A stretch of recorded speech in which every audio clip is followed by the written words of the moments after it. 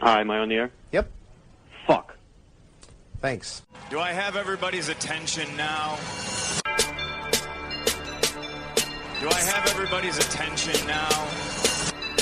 Don, I got you. Do I have everybody's Sunday attention night. now? You put them cameras on me, then you must be willing to get that heart touch. This a must-see feeling. The news ain't good, then it must be villain. So I say a tag grounded, I don't trust these feelings. Spread across your nose, and I'm on your ear. Highest next on the cloud, hammer in the air. Sunday nights, prime time. I flex mine better. Voltron transform to DX Don. Mega and off-scene. You probably think I'm nice, cause I slow like a stream to your wireless device. And the smoke full of steam on any given night. How short like a piece of any given slice. And for the latest and what is best about I tune in and tune the rest out, Don. You gotta tell them, am I in the clear? Is this thing on? Am I on the air? On the air?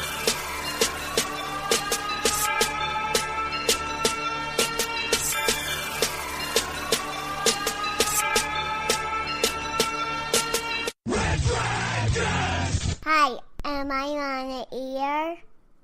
Well, what is going down, everybody? Welcome back to the greatest entertainment podcast on the interwebs. If you're looking for a one-stop shop to find out what is going down in the world of TV and movies, this is your place to be. Am I on the air? I am your host, Don Mega, and I welcome you to the show. It is Sunday night. As always, we rock it every Sunday night.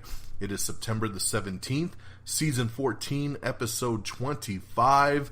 Let's get nuts. That's tonight's show. I think tonight's going to be our season finale, and next week we'll kick off season 15. Yeah, we try to always kind of line up with the new TV season, and a lot of the CBS and ABC kind of shows debut next week, so we'll launch a new season straight with them. Big show here tonight as we talk about, I got a new movie review for you. That's American Assassin. We got some news on it.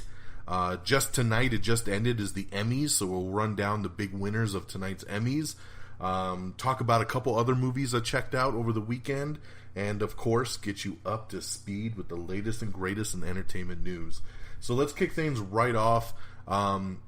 Before I do that, I always seem to sidetrack, but I want to shout out once again, Stardust. Yes, I know you guys are probably like, if you listen to me every week, you're probably like, damn, this motherfucker's talking about Stardust again. If you haven't downloaded Stardust, I don't know what you're waiting for. This is a great spot for you to download this app and check out 30-second mini reviews. Reviews on TV shows, reviews on movies, 30-second quick clips. It is awesome, man. I am a big supporter of this app. I work very closely with them. I support them. They support me. It's another way for me to get my movie reviews and TV reviews out there. I don't talk about TV show reviews very often on this show, and Stardust is a great way for me to get that word out. And for just a real quick, I know sometimes you guys hit me up on Twitter or on Facebook, and you're like, you know, hey, is this movie any good? Should I go check it out? Check out my review on Stardust. It's only 30 seconds, and you'll find out right away, non-spoiler, if it's, you know, something you should check out or not. So it is available on iOS. It's available on Android.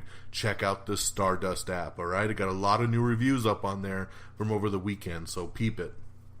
All right, let's switch gears. Talking about our movie review of the week, it is the number 2 movie in the box office, and that is American Assassin. This is the new one starring Dylan O'Brien, Michael Keaton, and Taylor Kitsch. When this trailer dropped, you know, and it was like based on the number 1 New York Times bestseller, I never heard of this thing. But I'm watching this trailer and I'm like, damn, this shit looks pretty damn badass. I was blown away by the trailer. Really loved that first one that came out. Really loved the second trailer that came out. It just looked intense. And I've been waiting to check this movie out. For those of you that don't know what it is, in a non-spoiler way, basically, the movie starts off with Dylan O'Brien. He's getting engaged on a beach somewhere on vacation, and some kind of terrorist attack like breaks out on the beach, and these guys just straight murder everybody. And unfortunately, his fiancée gets murdered, and he ends up getting shot too, and kind of left for dead. But the movie kind of fast forwards about a year and a half later, and he's just out for revenge. He's basically become the Punisher, and he's looking to take down these terrorist cells and get revenge on the people that killed his fiancée. But at the same time, he kind of catches the eye of the secret government force that wants to recruit him and basically bring him into the fold. And Michael Keaton is the kind of lead of this boot camp that trains these guys to be a part of this special team, and they want to bring him in and have him be a part of this team. Taylor Kitsch, of course, is somebody who used to be on the team, used to be one of the best students ever, and of course took a turn for that dark side and is out for his own right now, so they're going after him in the movie. So, a couple different things. Like I said, I was looking so forward to this movie when the trailers dropped, so I had super high expectations. I will say right off the bat, it did not meet all my expectations. I had such an adrenaline rush off the trailer, and unfortunately, the movie doesn't keep that kind of pace. So that's where a trailer kind of swindles you a little bit. I will say the performances are super strong. Dylan O'Brien is somebody who, a lot of people know from the Maze Runner movies, and he did Teen Wolf on MTV. I remember him being in The Internship with Owen Wilson and Vince Vaughn. This kid's been around for a bit. His name was even thrown out there for a bit when they were looking at the new Spider-Man. And he's a decent actor, but he really killed it in this movie. I really give this kid mad props for the portrayal of his character in this film. Michael Keaton brings it, as always Michael Keaton does. And Taylor Kitsch, who just continues to be very underrated, pops up and does his thing in this as well. There's extra cast in this too that are great supporting cast. All of that, great stuff. The action, really great stuff. It's just, it ramps up and then it kind of bores you, and then it ramps up and then it kind of bores you again. So it's kind of all over the place a bit. And in the end result, I ended up walking out a little underwhelmed, but still enjoying it. So in the end, I would give American Assassin 3 out of 5 stars. It's good. If this is something that you feel is kind of up your alley, definitely go check it out in the theater. I'm not going to sway you away from that. I just, in my mind, really hope to get a 4 or 5 star movie out of this based on that awesome trailer. And it just didn't really take me there. So I would say 3 out of 5 for that one. American Assassin. I did not get a chance to check out Mother, which is just getting ripped. Most critics seem to dig it, but the movie actually has an F cinema score, an F. People hate this film, and they feel swindled. It's a big artsy kind of film. Jennifer Lawrence, Javier Bardem. It's not really what the trailer makes it out to be. Seems very weird. I don't know if I'd go spend my money on this. I did sign up for MoviePass over like a month ago. So if my MoviePass card ever seems to show up, I'll go check out Mother at that point. But that was the other big release this weekend. I did catch a couple other movies I just wanted to run through real quick. I saw a new independent movie that came out a little bit ago called Bushwick, starring Dave Bautista from Guardians of the Galaxy and Brittany Snow. Movie reminded me of The Purge quite a bit. It's like this martial law breaks out in all these towns across the U.S. and it's shoot to kill.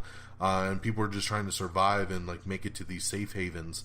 And all hell is just breaking loose in this city of Bushwick. Brittany Snow is kind of on the run. She bumps into Dave Bautista and he kind of protects her and he's trying to help her get to the safe haven. An interesting movie. It's not great. It's not horrible. It was a good little watch for being bored on a Saturday night. So I would say check this one out. It's actually got some twists and turns in it that I was very shocked about. And if you want to know what that is, once again, check out Stardust. I did 2 reviews on this movie, which I rarely ever do, but I wanted to do a non-spoiler and I wanted to do a spoiler review. Another cool thing that I can do on Stardust is actually mark a review spoiler. And I did a spoiler one just to let people know how impressed I was at a couple different decisions that they decided to make. So if you're curious, check that out over on Stardust. Saw a couple other movies too. I finally caught Baby Driver, and I have to say, it was not as awesome as everybody cracked it up to be. People were ranting and raving about this film, like, oh man, it's one of the best of the year, and it's so damn good, and the soundtrack's awesome, and I honestly didn't think the soundtrack was all that great, first of all. I thought the acting in the whole movie was outstanding. I thought the directing was outstanding. This, of course, is Edgar Wright, who I really appreciate. I thought everybody in the movie did great. Ansel Elgort as Baby, Jamie Foxx, John Hamm, Kevin Spacey, some really good talent in there. The beginning was cool, the middle was very boring to me, and then it really ramped up at the end, and I really enjoyed the hell out of the end of the movie, so it's kind of this mixed bag for me. I think I watched it with too much of the hype built up in the back of my mind, just because everybody was talking about how amazing this movie was, and I just didn't find it to be that. But it was enjoyable, and it was definitely a good watch. So I would give Baby Driver 3 out of 5 if I had to put a score on it. And the other one I checked out was the Amy Schumer comedy that came out a couple months ago, Snatched, with her and Goldie Hawn. Basically playing mother and daughter. They go on vacation to Ecuador, and they end up getting kidnapped and held for ransom. I'll say this for this movie. This movie didn't get reviewed very well, and it kind of came and went in the theater really fast. I would say the first 45 minutes or so of the movie was really funny. I'm a big Amy Schumer fan, and I love Trainwreck, and this is definitely no Trainwreck, but the first 45 minutes or so of the movie, I actually really, really dug, and I was like, I can't see what everybody hated about this movie. Once the kidnapping kind of happens, and it goes from there, it really just becomes silly and over the top, and it definitely lost me in the second half. So then I was like, oh, okay, I see what people are talking about. But that first half was actually pretty decent, second half not so much. So in the end, if I put a grade on this one, I'd also probably give this like a 3 out of 5. It was good for a one-time watch. I'd probably never sit down and go through it again. Some good chemistry there between Amy Schumer and Goldie Hawn. And Amy Schumer is just always funny, so it was good stuff there. So there's just some quick kind of movie reviews that went down over the past week of stuff that I checked out. Now, before we get to the actual news, I do want to run down, it's the Emmys, man. The Emmys is one of the biggest nights of the year that we talk about the best in television of the past year. So the Emmys were live tonight and hosted by Stephen Colbert, and let's just run down some of the big winners here real quick. Best Comedy Series went to Veep. Best Actress in a Comedy Series, shocker, went to Julia Louis-Dreyfus, who wins every year. Best Actor in a Comedy Series went to Donald Glover for Atlanta. Best Supporting Actor in a Comedy Series went to Alec Baldwin for SNL. Best Supporting Actress in a Comedy Series went to Kate McKinnon for SNL. Best Directing for a Comedy Series went to Donald Glover for Atlanta. Best Writing for a Comedy Series went to Master of None, which is awesome. So Aziz Ansari winning for that one, for the especially for the Thanksgiving episode, which is one of my favorites of that season. Best Drama Series went to The Handmaid's Tale, show over on Hulu. Best Actress in a Drama Series went to Elizabeth Moss for The Handmaid's Tale. Best Actor in a Drama Series went to Sterling K. Brown, This Is Us. Awesome stuff there. That was my pick. Best Supporting Actress in a Drama Series went to Ann Dowd for The Handmaid's Tale. Best Supporting Actor in a Drama Series went to John Lithgow for The Crown. Best Directing for a Drama Series went to The Handmaid's Tale. Best Writing for a Drama Series went to Handmaid's Tale again. Best Limited Series went to Big Little Lies over on HBO. Best Television Movie went to Black Mirror over on Netflix, which is awesome. Best Actress in a Limited Series or Television Movie went to Nicole Kidman for Big Little Lies. Best Actor in a Limited Series or Television Movie went to Riz Ahmed for The Night Of. Awesome, that was my pick there as well. Best Supporting Actor in a Limited Series or Television Movie went to Alexander Skarsgård for Big Little Lies. Best Supporting Actress in a Limited Series or Television Movie went to Laura Dern for Big Little Lies. Let's see, let's skip a couple of these kind of non-relevant kind of ones. Best Variety Sketch Series went to SNL. Best Variety Talk Series went to Last Week Tonight with John Oliver. Best Reality Competition Program went to The Voice. And that's your main awards there for the Emmys 2017. Congratulations to all the winners out there.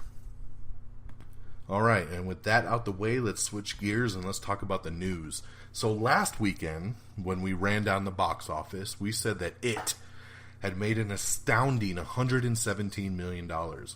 I also said, breaking news, it was looking like some word was coming out that actually it might even pass the 117 when the Monday numbers come out, putting it at around 120, which just would have been incredible, right? 117 was already outstanding. 120, even better. So the final numbers come out Monday morning, and guess what? It even blew past the 120, and the official final numbers for opening weekend of It was $123.1 million. That is insane, man. It continues to smash box office records. It was like the biggest Tuesday, the biggest Wednesday, the biggest second week. This thing is an astonishment.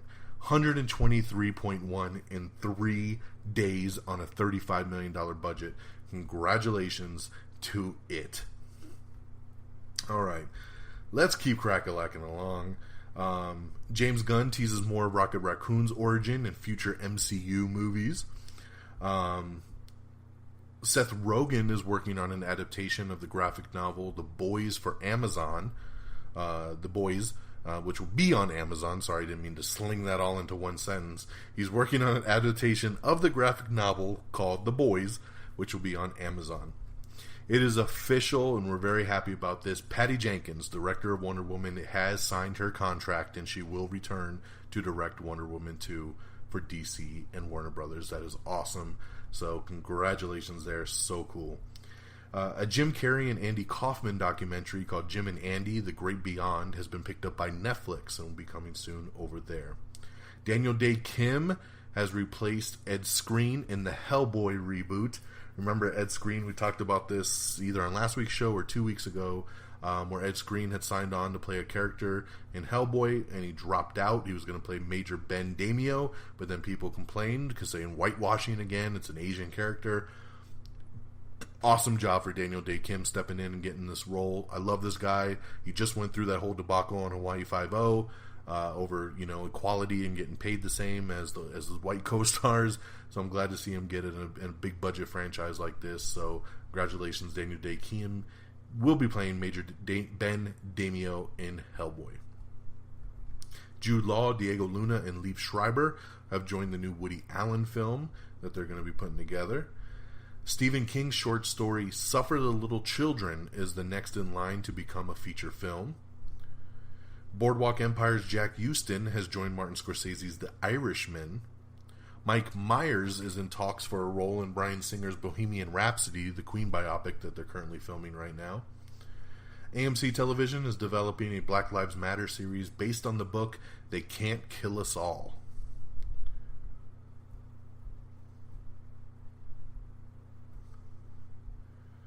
Give me 1 second here.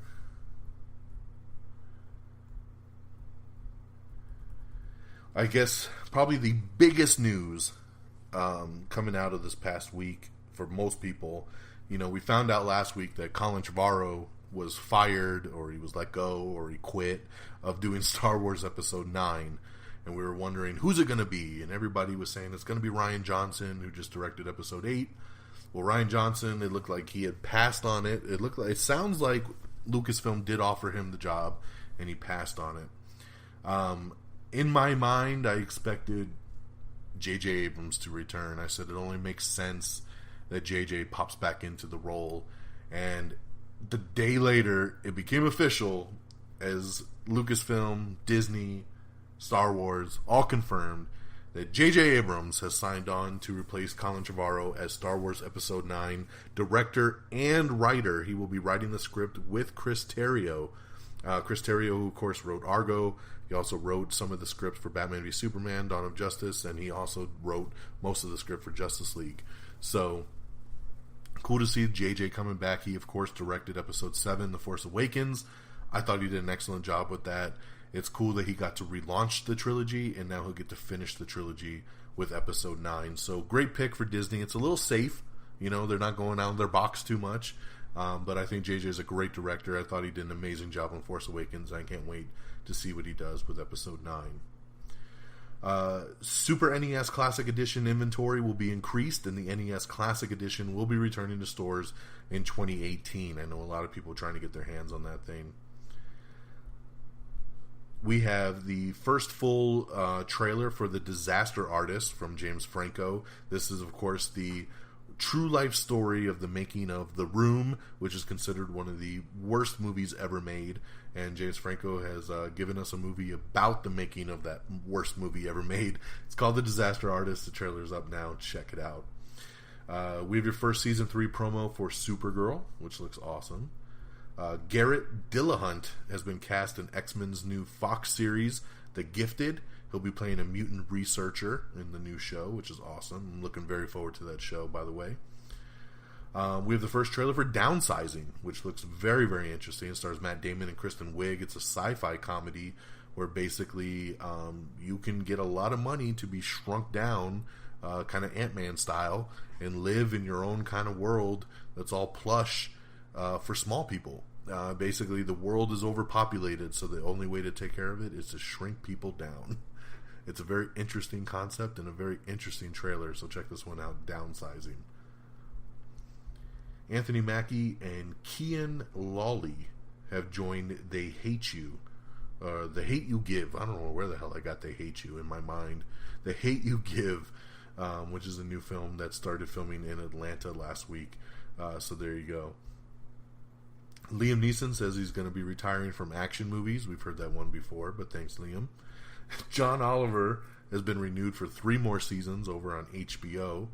Speaking of Liam Neeson retiring from action movies, we have the latest trailer for his newest action movie called The Commuter, which I actually think looks pretty damn cool. So check out the trailer for The Commuter. Vikings has been renewed for a 6th season. I think the Game of Thrones people are going to be pulling on this one. Star Wars Episode 9. Let's go back to that. So obviously Colin Trevorrow drops out. They get JJ Abrams in. JJ Abrams is going to rewrite the entire script with Chris Terrio. So do you know what that comes along with something like that?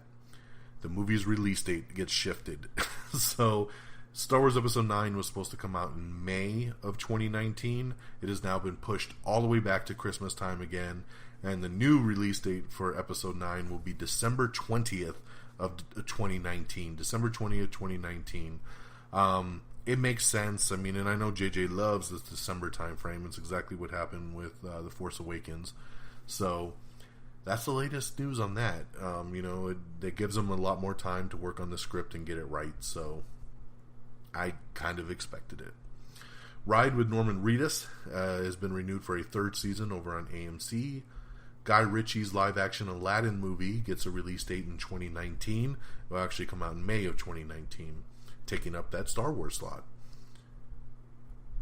American Horror Story Cult as the 2nd most watched basic cable show of 2017. I haven't even had a chance to start the Cult season yet. I'm looking forward to it. They're on my DVR. Just been too busy. So hopefully I can get into Cult this week.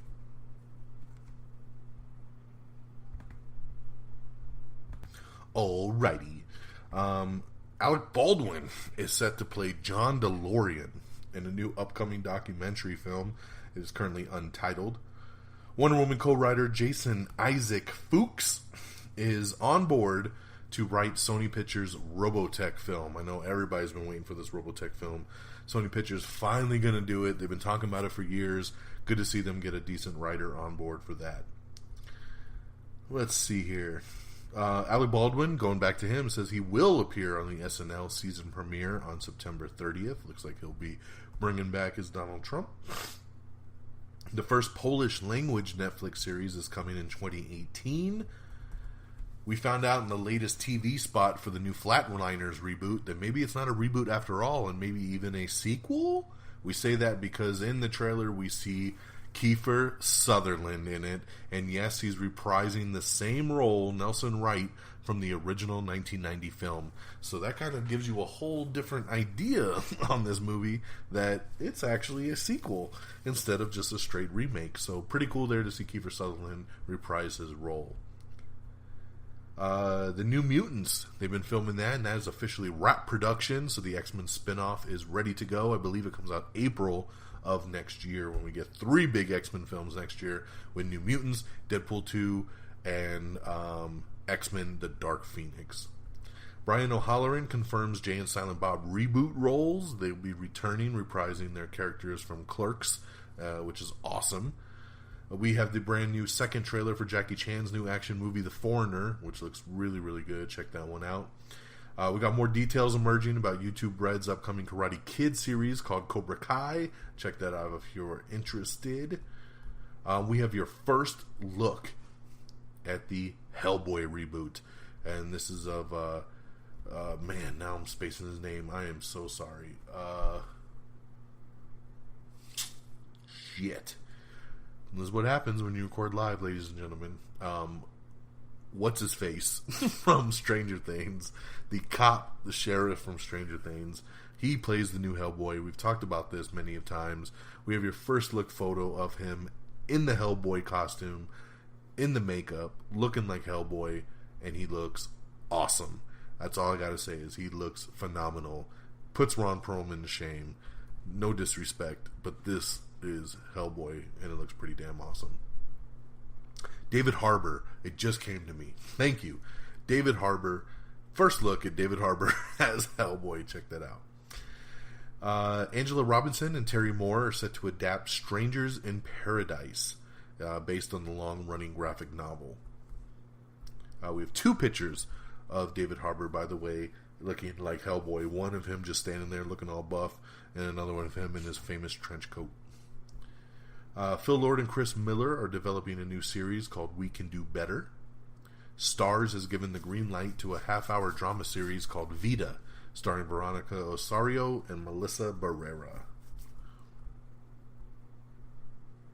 The Expendables writer Dave Callahan will co-write the Wonder Woman 2 script. They're starting to work on that right away. We have Everything Wrong with Alien Covenant in 16 minutes or less. We have the Honest trailer for The Mummy. We have the new trailer for Coco, if you haven't seen that. A new trailer for Only the Brave as well, which looks really, really good. Congratulations to the Orville. This is the new Seth MacFarlane drama, comedy, dramedy, spoof somewhat of Star Trek. And it is one of the strongest debuts ever for Fox. It actually even tied This Is Us's debut over on NBC. It is not getting very good reviews, and people are very shocked that the ratings came in so high for this thing. Will it last into the second episode? We'll see. My personal opinion, you should check out my Stardust review, and you'll know that. But if I had to give you a review right now of the Orville, it's just meh. You know what? Geeky Pat loved it. He's a big Star Trek fan. I was a little on the fence with it. I thought it was going to be a straight up spoof. It's not. It's not as funny as you thought it would be, but I guess that's not what they're going for. They're looking to kind of be taken seriously as a Star Trek-ish kind of show. I'm going to continue to watch it. I'll give it a couple more episodes. I just wasn't blown away by the premiere of it. I expected a more down hard laugh riot, and that was not what it was. The show Atypical has been given a second season green light from Netflix, so that's awesome there. I hear good things about this. Haven't had a chance to watch it yet, but looking forward to checking it out, and glad to see it coming back for a second season. The guest book, People of Earth, and Wrecked have all been renewed over on TBS for upcoming seasons.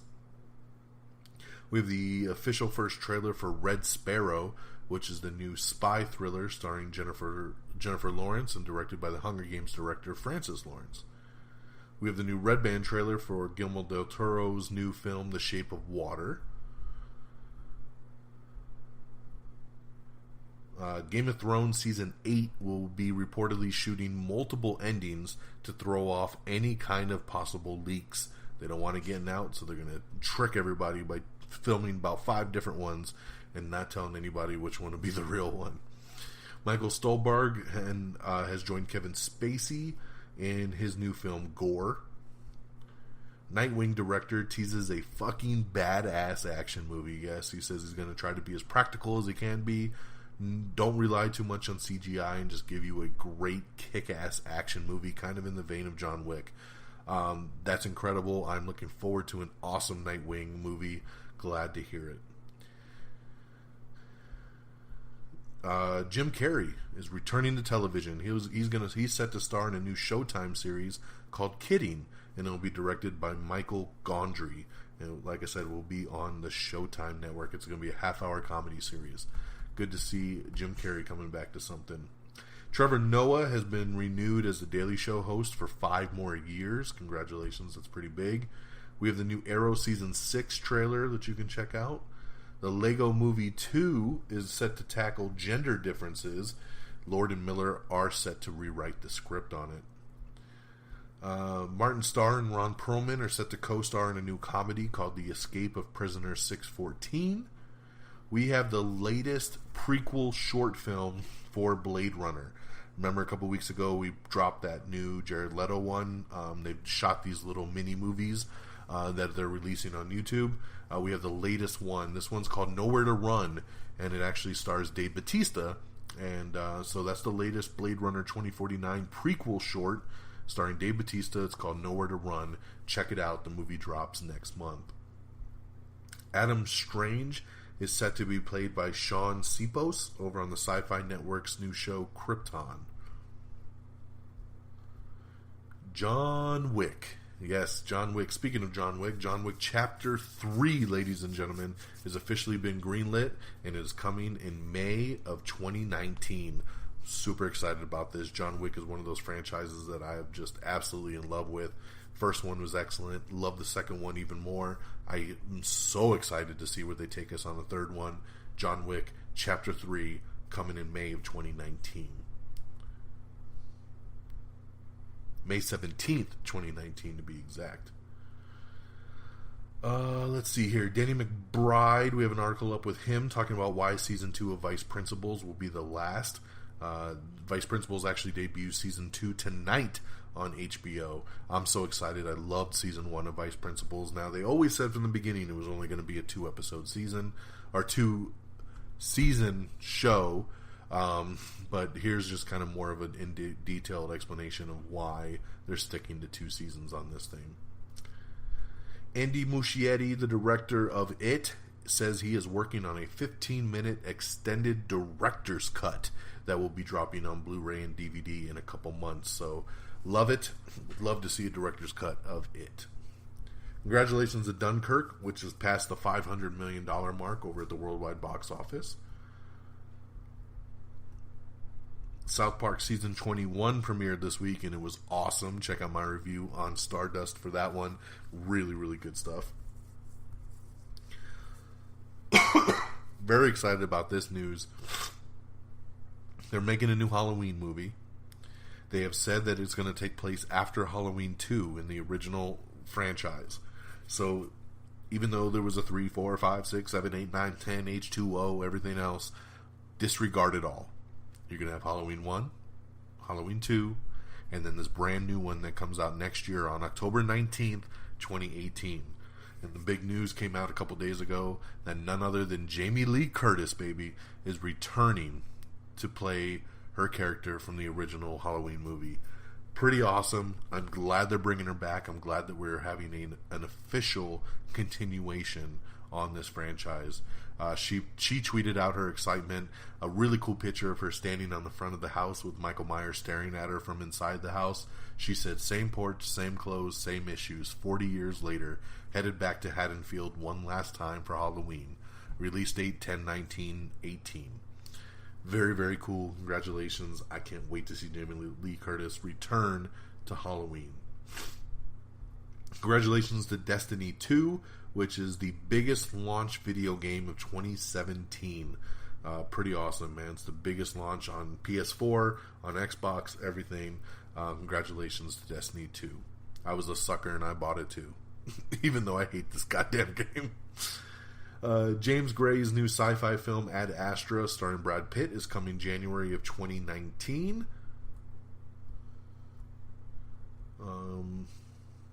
Logan is officially the first screener sent to Academy voters.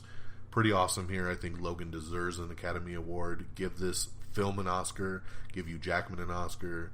Give Patrick Stewart an Oscar. It deserves it. I'm glad to see. People were afraid that Fox wasn't going to push Logan at all, so I'm glad to hear that they've sent screeners to people to vote. Will it get a chance? Who knows? But I'm glad to see that there's at least a little bit of a push here for Logan. James Wan is set to produce a new horror movie once again from New Line Cinema. It's going to be called Sweet Tooth. They picked up the rights to Nico Van Dien's Dutch horror short called Sweet Tooth, and that will be a new film that they're putting together. Hiroku Sanada has joined Westworld Season 2 in a new major role. Something that was teased in the Season 1 finale is coming back for Season 2. We have the first official full-length trailer for Jeepers Creepers 3. Warner Brothers has changed the official title for the new Owen Wilson Ed Helms comedy from Bastards to Father Figures. This movie was supposed to come out like in January or February of earlier this year, and then it just disappeared, and I was like, where the hell did that Bastards movie go? Well, it looks like they pushed it all the way to December 22nd, and now the film is going to be called Father Figures. No shocker here. I was very shocked to even see that at one point they were going to call this film Bastards, so it makes sense that they've changed it now to Father Figures. Claire Foy has officially been confirmed as Lisbeth Salander in Sony Pictures' new Girl in the Spider's Web. Remember, they were going to reboot the Girl with the Dragon Tattoo series, skipping over the other two films, kind of rebooting and going straight for the latest novel, The Girl in the Spider's Web.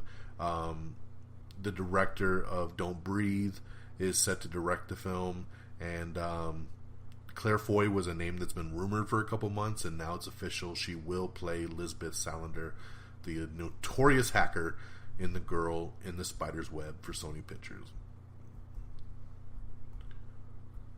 Beverly Hills Cop 4 is on patrol to cast a big name as Axel's partner. We'll see, man. I've been hearing too much about Beverly Hills Cop 4 over the past 10 years, I feel like. So we'll see if that ever goes anywhere. I'm excited about this. James Cameron is going to be working with Fox to reboot his True Lies movie, and they'll be doing it as a TV show. They worked together before in Cameron's adaptation of 2008's Sarah Connor Chronicles. Now they're going to do True Lies. Remember the movie True Lies? Hey, that's the second time we've talked about Jaime Lee Curtis this show. Arnold Schwarzenegger, of course, one of the greatest action movies of all time. So excited to see that they're going to make a TV show out of it. They've done a great job in the last year with the Lethal Weapon one. Let's see what they can do with True Lies. I'm very excited about this, and I'm glad to hear. I think James Cameron is producing it along with Fox, so I think he's going to have a hand in it, which is pretty cool. Going back to the Orville, we got official confirmation that it's the largest drama premiere for Fox since Empire debuted several years back. Joel McHale has joined Melissa McCarthy in the Happy Time Murders. I'm looking so forward to this movie. It sounds so awesome. Ben Affleck says that Batman is finding hope again in the Justice League movie. He says in Batman v Superman, he was a guy who was out of hope. He thought the whole world was just couldn't help anybody anymore. But he is found hope again. He's enjoying working with people, being a part of a team. And I like the openness that they're going with him and this character for Justice League. Is going to be a nice refresher. Let's see here. Bloop, bloop, bloop, bloop, bloop, bloop, bloop, bloop, bloop. We have another new trailer, this time for a movie called All the Money in the World, which is a true story starring Kevin Spacey, Mark Wahlberg, and Michelle Williams. Looks pretty interesting. Directed... oh my god. This is the second time I brain farted on this damn show tonight. Ridley Scott. God, man. It's getting late. Sorry. Sunday night. We also have the final trailer for Kingsman: The Golden Circle, which officially comes out in theaters on Friday. So good to see one last trailer drop for this one here. Let's see here. It has also dominated globally again this weekend, bringing in another 120.3 million worldwide just this weekend alone. Man, it's awesome. Awesome. And that's the news, my friends. That is the news. Let's kick on over to our release dates, and we'll wrap this baby up. Out on DVD and Blu-ray this Tuesday is going to be Wonder Woman, The Big Sick, and The Bad Batch. Looking forward to picking up Wonder Woman, man. It looks like Target has a really cool exclusive packaging, so I'm going to get that over there at Target. In theaters this Friday, it's actually a handful of movies in theaters Friday. Kingsman: The Golden Circle, the Lego Ninjago movie, Stronger, Battle of the Sexes, and Friend Request. So, yeah, lots of stuff dropping this Friday in the theater. But I will be checking out Kingsman, so look for that review next weekend. Kingsman: The Golden Circle. And here's your weekend box office. Top 10. Coming in number 10 is Dunkirk with 1.3 mil. Number 9, Spider-Man Homecoming with 1.9 million. Number 8 is Leap with 2.1. Number 7 is Wind River with 2.5. Number 6 is Annabelle Creation with 2.6. Number 5 is The Hitman's Bodyguard with 3.6. Number 4 is Home Again with 5.3. And here's where the new ones come in. Number 3 is Mother, bringing in 7.5 million. It's actually the lowest debut in Jennifer Lawrence's career. Crazy for a wide release. Mother bringing in 7.5. Coming in number 2, it's American Assassin, bringing in 14.8. And your number 1 movie, once again, dropping only 50% week 1 to week 2, is It, bringing in $60 million again. 60 mil in its second week. People weren't even predicting this thing would make 60 million in its first week, let alone its second week. Pretty damn incredible. You know what else is incredible? All of you. Thank you so much for tuning in and listening to this little podcast that I like to do for y'all on a weekly basis, bringing you the latest and greatest in entertainment news. Please make sure you check out our official webpage over at amiontheair.com. You can like us on Facebook at facebook.com/amiontheair. You can follow me on Twitter and the show on Twitter. We're on Twitter, of course, at simply Am I on the Air. You can follow me on Twitter at DXDonMega. We are available on iTunes for you to get this podcast, so you can download, rate, and subscribe. Get us on iTunes. If iTunes ain't your thing, don't worry. We're all over the interwebs. You can subscribe to us on Google Play Music. We're available on Stitcher. We're on Spreaker, TuneIn. We, of course, stream even on YouTube. So look for our YouTube page at youtube.com/amiontheair. Follow my reviews and follow me on the Stardust app that we talked about earlier. I am simply Don Mega on the app. Go ahead and give me a nice little follow on there and enjoy those reviews. And of course, our great affiliates at reddragonsradio.com. That's where this podcast streams. A bunch of other really great podcasts all stream. It's a nice little hub there. We're working on bringing on some other entertainment. reddragonsradio.com. Lots of great stuff on there. Go check it out. Follow on Twitter at reddragonsradio so you know it's always going down with all the great podcasts on the webpage. That'll do it for us here tonight. Once again, this Sunday, September the 17th. I hope you all have a great week. We'll be back next week talking some Kingsman, Eggsy, Golden Circle. Have an awesome week, guys. And until next time, y'all. Peace. Bye, everybody. Red Dragons! Red Dragon.